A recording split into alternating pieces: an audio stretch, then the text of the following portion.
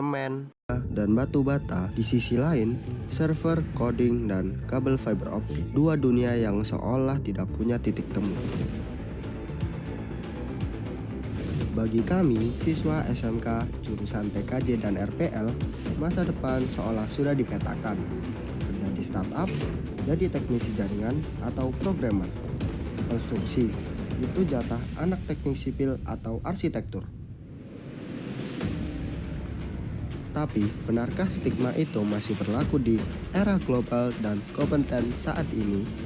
Di saat dunia memasuki era Construction 4.0, gedung tidak lagi sekedar tumpukan beton, melainkan sebuah komputer raksasa yang bisa dihuni. Hari ini, kami akan membongkar fakta apakah anak IT punya tempat di kerasnya dunia konstruksi.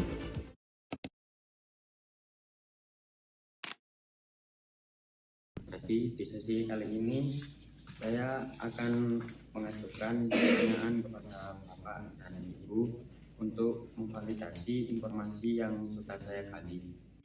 Untuk Bapak Ibu menjawab pertanyaan tersebut dan memvalidasinya. Di sini saya sebagai pewawancara, saya bernama Muhammad Nazif Gaddafi dan saya ingin bertanya nama dari Bapak dan Ibu sekalian. Oke, terima kasih atas kunjungannya ke tempat kerja kami. Kami dari PT Dekon Prima Karya, kami bergerak di bidang konstruksi dan arsitektural. Saya Sulianto. Di sini saya sebagai tim istilah prepare, tim awal dari sebuah proyek. Jadi proyek itu harus dihitung dulu untuk menjadi sebuah proyek. Di sebelah kanan saya, ini namanya Pak Wahyu. Pak Wahyu itu membawahi bertanggung jawab dengan penawaran ke perusahaan yang mau kita kerjakan dan mengawal proses dari proyek itu ketika berjalan sampai dengan proyek itu selesai. Di sebelah kiri saya namanya Amelia Nafa. Dia sebagai admin dan keuangan. Jadi beliau yang berkewajiban bagaimana proyek itu ditagih dan alurnya sampai keluar duitnya gitu aja. Dan mengurusi keuangan termasuk pajak dan lain-lain dan pembayaran. Di sini di bagian pertama saya akan memvalidasi dari jurusan TKJ, jurusan yang ada di sekolah saya dengan pertanyaan pertama, riset yang kami baca, Kementerian PUPR sedang mendorong konstruksi yang serba digital. Apakah benar di proyek Bapak Ibu saat ini menggunakan kertas sudah mulai ditinggalkan dan beralih sepenuhnya ke software atau sistem cloud atau server digital? Jika iya, siapa yang mengelola server cloud tersebut? Kalau mungkin tak jawab ya. Jadi kalau untuk server kalau untuk dari sisi perusahaannya sendiri, kalau PT Dekon ini memang belum punya server khusus ya, maksudnya server yang independen punyanya itu belum. Cuman kita juga beberapa kali itu mengikuti tender itu servernya dari main kontraktornya. Jadi kayak semisal sekarang itu tender itu kalau dulu kan memang pakai kertas dikirim, sekarang sudah lewat upload dari website. Jadi memang servernya dari pihak main kontraktor. Kalau kita sendiri nggak punya kalau jadi kan jadi pakai contoh aja ya, ada Menkon itu Nindya Karya gitu, mereka buka tender. Jadi tender itu kita masukkan penawarannya itu lewat website yang dimiliki oleh Nindya Karya. Jadi websitenya yang dari Nindya Karya itu namanya Ekdok. Jadi semua dokumen-dokumen penawaran dari kita itu lewatnya langsung upload di websitenya itu. Baik, terima kasih atas jawaban Bapak Ibu, dan selanjutnya Saya akan melanjutkan ke bagian pertanyaan kedua di validasi IoT dan smart building. Data menunjukkan tren smart building atau gedung pintar semakin naik, di mana lampu, AC, dan keamanan terhubung ke internet. Apakah valid jika kami menyimpulkan bahwa pemasangan sensor-sensor jaringan ini membutuhkan tenaga ahli jaringan di bidang TKJ, bukan lagi tukang listrik biasa? Kalau selama ini kita kalau untuk pekerjaan misalkan pemasangan jaringan seperti kamera pengawas itu ada vendor tersendiri. Jadi kita mensubkan pekerjaan itu, bukan kita yang melakukan, tapi orang khusus dari kamera. Jadi kamera pengawas yang khusus orangnya, bukan orang listrik. Jadi kita belum ada untuk tenaga yang khusus menangani hal ini. Jadi kita cenderung melempar pekerjaan ini, mensubkan istilahnya kalau dari kita. Jadi pekerjaan itu dikerjakan oleh ahlinya. Jadi masih menggunakan kabel atau belum menggunakan sensor atau teknologi seperti IoT? Belum. Selama ini belum ada yang kita belum pernah mendapat pekerjaan seperti itu. Jadi masih layang kabel. Saya akan melanjutkan ke pertanyaan ketiga di validasi keamanan data atau cyber security. Biasanya proyek modern menyimpan data aset digital yang sangat mahal. Apakah benar isu keamanan data atau cyber security ini kini menjadi perhatian di perusahaan konstruksi? Apakah ada tim khusus yang menjaga agar data proyek tidak dicuri atau diretas? Kalau di kita masih belum. Karena seperti yang di poin pertama tadi, kita dalam hal penyampaian data itu ya kita masuk ke webnya pemilik pekerjaan, bukan pemilik pekerjaan yang melihat data kita. Jadi untuk sementara ini masih belum mengarah ke sana. Memang belum perlu sih sebenarnya kalau kita saat ini. Dan di sini saya akan melanjutkan ke jurusan selanjutnya yang ada di sekolah saya tentang software atau coding di bagian jurusan RPL terkait tentang validasi kustomisasi software. Kami menemukan data bahwa banyak kontraktor sekarang memantau progres proyek lewat aplikasi atau dashboard. Apakah benar perusahaan sering membutuhkan kustomisasi aplikasi internal atau web monitoring sendiri yang tidak bisa dilakukan oleh insinyur sipil biasa? Jadi kalau untuk di PT Dekon sendiri itu sementara ini memang masih pakai bukan web monitoring ya. Jadi masih pakai aplikasi biasa kayak semacam Excel itu untuk monitoring progresnya. Kalau perlu memang sebenarnya perlu untuk web monitoring.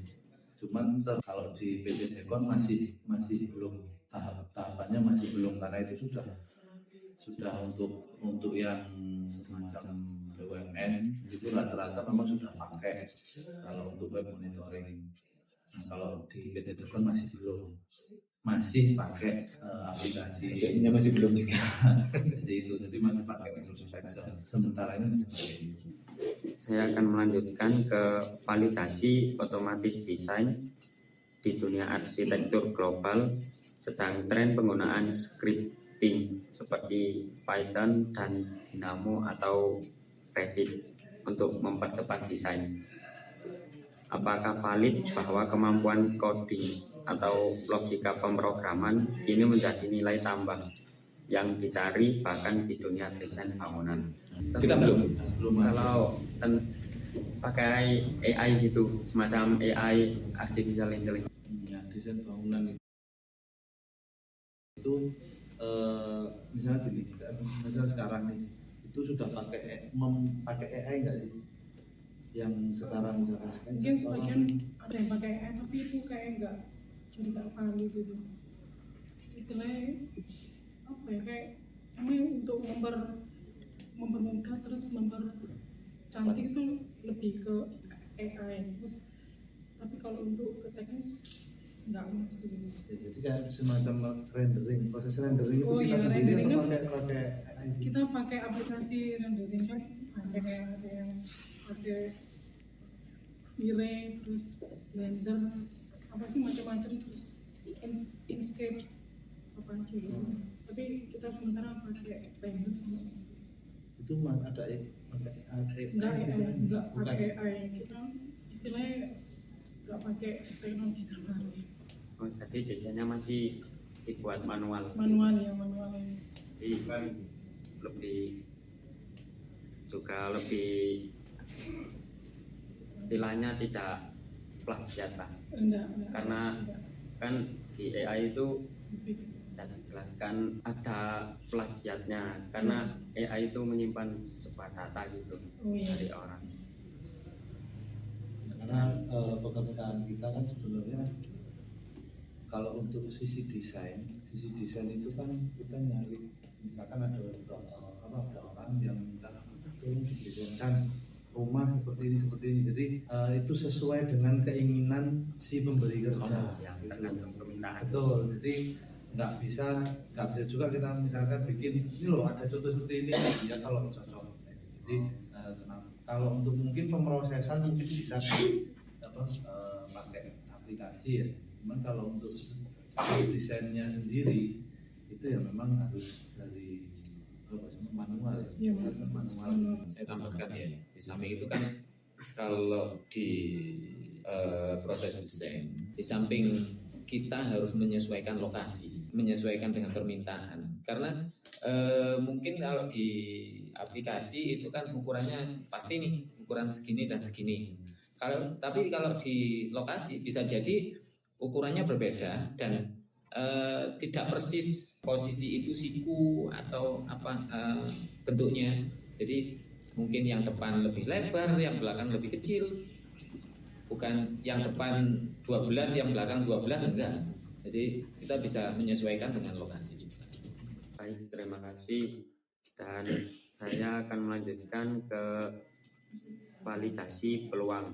Validasi posisi kerja melihat data digitalisasi, apakah benar ada posisi spesifik seperti IT support, project, atau BIM koordinator yang sebenarnya lebih cocok diisi oleh orang dengan background komputer atau IT daripada orang bangunan murni.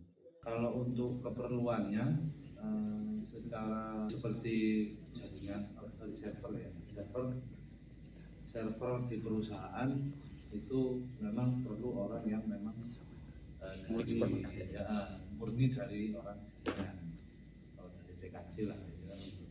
Nah, kalau untuk yang di lapangan dalam arti seperti yang tadi ditanyakan itu untuk monitoring progres segala macam, ada beberapa yang memang perlu orang jaringan. Tapi kalau pure orang jaringan aja, dia harus mengupgrade dirinya untuk mengerti pekerjaan di lapangan.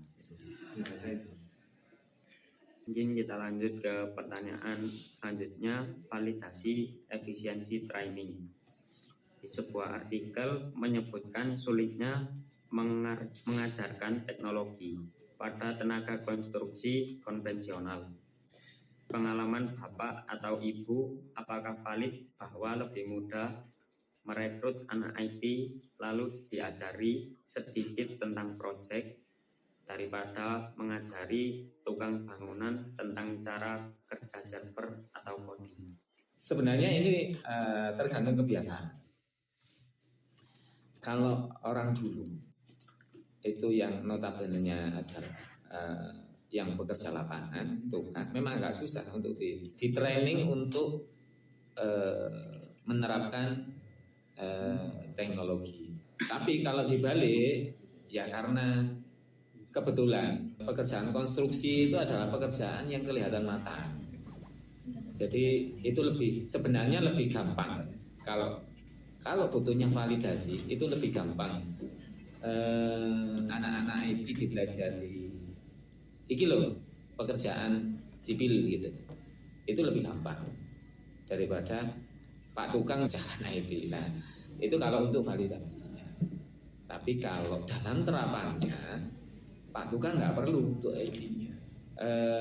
Sebenarnya dia itu mengaplikasikan hasil dari pekerjaan seorang arsitek, itu mengeluarkan gambar. Produk gambar itu yang diaplikasikan oleh tukang. Kalau ditanya ada pertanyaan tambahan, misalkan apa perlu seorang arsitek mengetahui IT? Saya kira kalau update yang sekarang pastinya orang-orang arsitek paham dengan itu. Tapi kalau pertanyaan itu dibalik, nah ini yang nggak bisa. Anak-anak IT itu belum tentu bisa mengerti pekerjaan sipilnya. Saya lanjutkan untuk pertanyaan selanjutnya, validasi alat canggih atau drone. Penggunaan drone dan laser scanner untuk pemetaan tanah menghasilkan data digital yang sangat besar. Siapakah yang biasanya bertugas mengolah dan memindahkan data raksasa ini di lapangan? Apakah peran anak IT dibutuhkan di sini? Ini terkhusus untuk yang PT Dekon.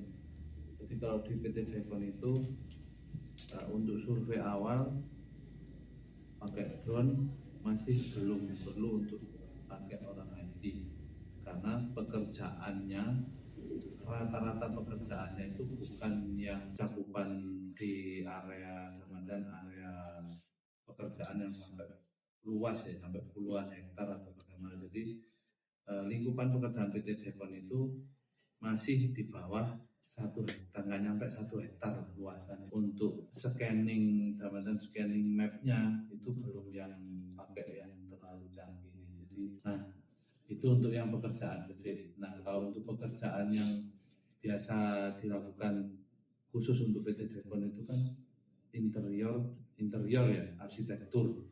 Jadi pekerjaannya banyak yang ada di dalam ruangan. Nah, kalau pekerjaan di dalam ruangan masih belum perlu. Dan di sini saya akan melanjutkan ke topik kesimpulan dan pendapat.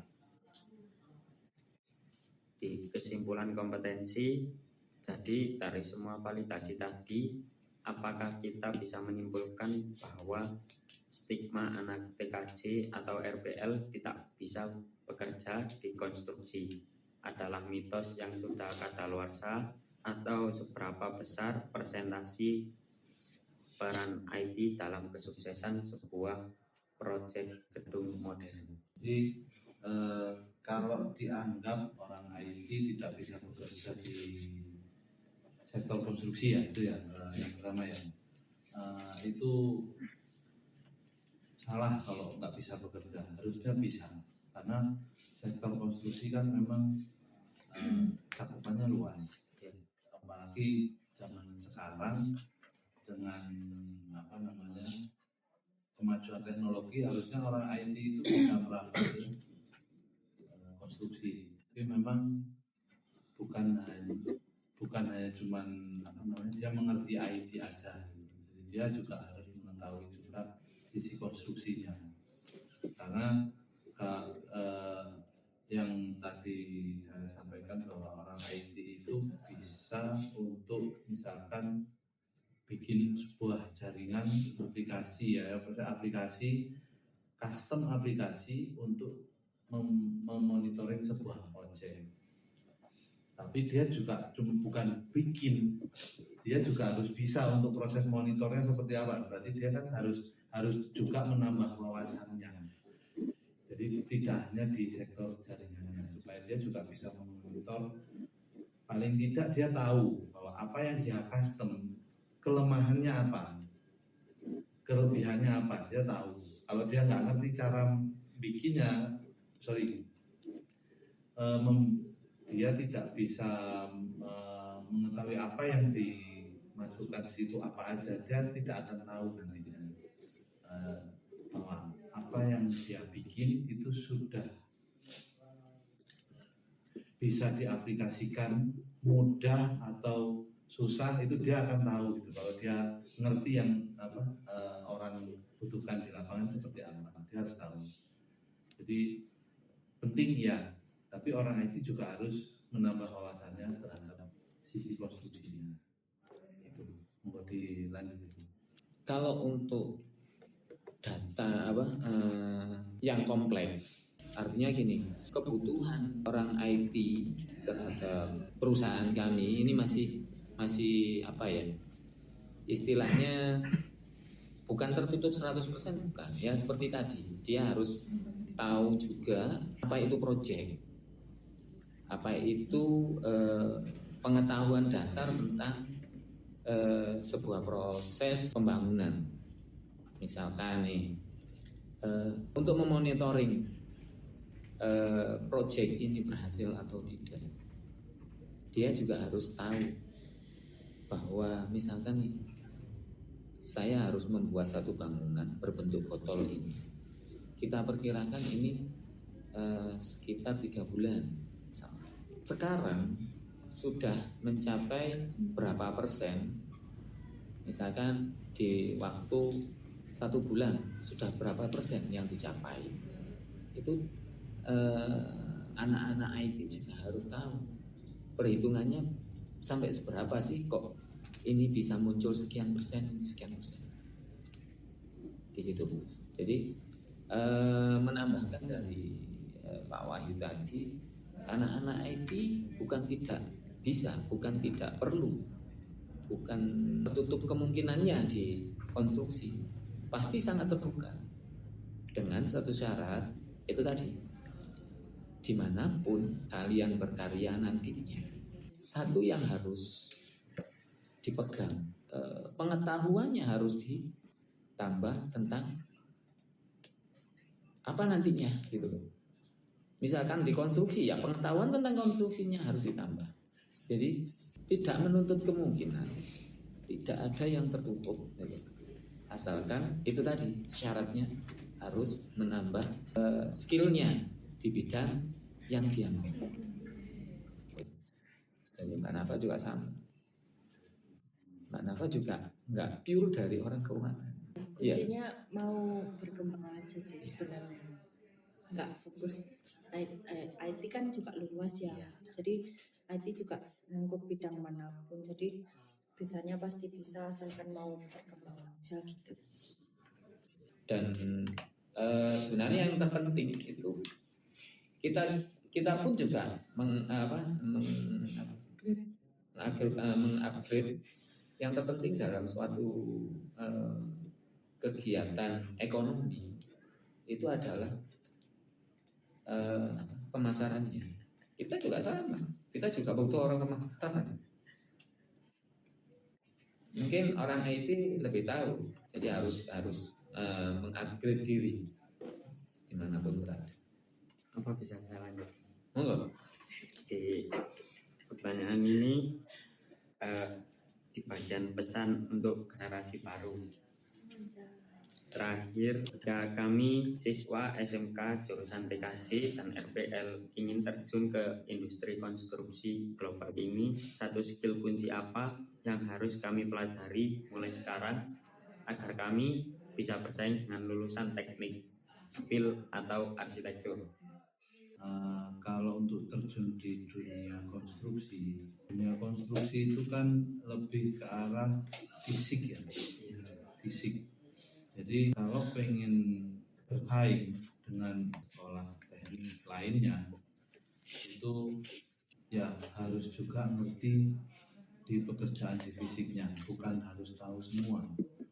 Tapi paling tidak kalau untuk orang IT itu yang paling kunci utamanya itu cuma satu sebenarnya.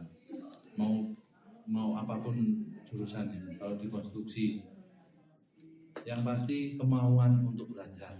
Itu mau dan tidak mau itu jadi poin penting sebenarnya. Kemauan untuk belajar sama disiplin. Karena dari kemauan untuk belajar itu akhirnya akan dapat wawasan di luar yang dipelajari di sekolah. Itu adalah gitu. Disiplin dan kemauan untuk belajar untuk menambah wawasan. Itu aja. Monggo. Nggih, kalau dari saya pribadi ya disiplin dan belajar terus belajar itu dimanapun dan kapanpun. Karena kebetulan saya Islam ya. Dalam agama saya itu juga diajarkan bahwa menuntut ilmu dan dari lahir sampai kita mati itu adalah ilmu. Jadi yang harus dipersiapkan yang mental kalian untuk belajar, untuk mengupgrade diri itu harus agar kita itu beda dengan yang lain. Kalau kita waktunya untuk belajar itu sama dengan yang lain ya mungkin hasilnya ya 11-12 gitu loh. Tapi kalau kita bisa mengupgrade diri dalam hal apapun itu ya hasilnya akan berbeda. Yang terpenting adalah kita bisa itu tadi meningkatkan kemampuan kita apapun itu dimanapun kita berada. Disiplin itu perlu, itu penting karena dalam konsumsi tidak sama. Kita dituntut untuk schedule itu on time. Kalau enggak ya kita tinggal denda. Kalau dulu kita pernah jadi dengan anak asing, ya itu sampai untuk urusan cuaca itu kita juga harus menyampaikan data bilangnya. Jadi intinya apa? Bahwa dimanapun nantinya itu disiplin perlu, peningkatan kemampuan perlu. Intinya aja lah, langsung intinya mau berkembang, mau belajar itu aja. Karena sekolah kalian sekarang apa, kedepannya apa, nanti di real life itu udah banyak yang nggak sejalan dengan background sekolahnya dulu gitu loh. Pasti kan nanti ada rasa penasaran ke ini ke itu. Kalau penasaran ya udah jalanin, cari tahu. Udah aja. Intinya kemauan dan mengupgrade diri dengan teknologi yang sekarang. Terima kasih atas jawaban dan bantuan dari Bapak Ibu untuk menyelesaikan tugas kami di sini dan sudah menambah wawasan kami tentang dunia pekerjaan di sini dan intinya menambah wawasan tentang gambaran dunia kerja. Sekian, terima kasih atas bantuan dari Bapak dan Ibu. Oke, sama-sama.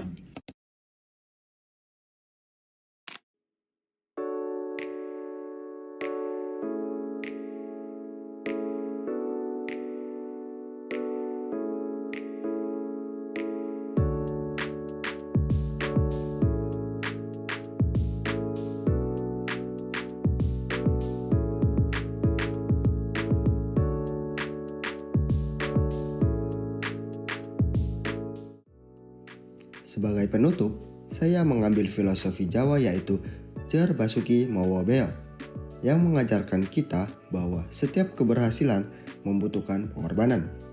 Dalam dunia kerja saat ini, kesuksesan tidak datang secara instan, tetapi melalui kerja keras, kedisiplinan, dan komitmen. Oleh karena itu, saya akan menerapkan nilai ini agar mampu berkembang dan menghadapi tantangan di masa depan. Kami vote, terima kasih telah menonton. See you.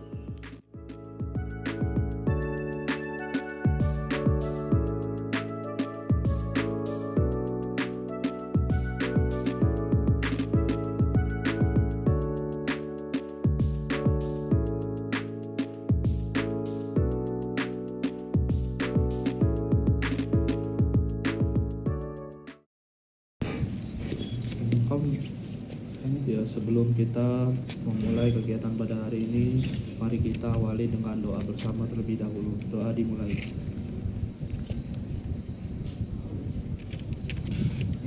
Amin. Turun. Jaya. Ayo. Ibu jaya jaya jaya.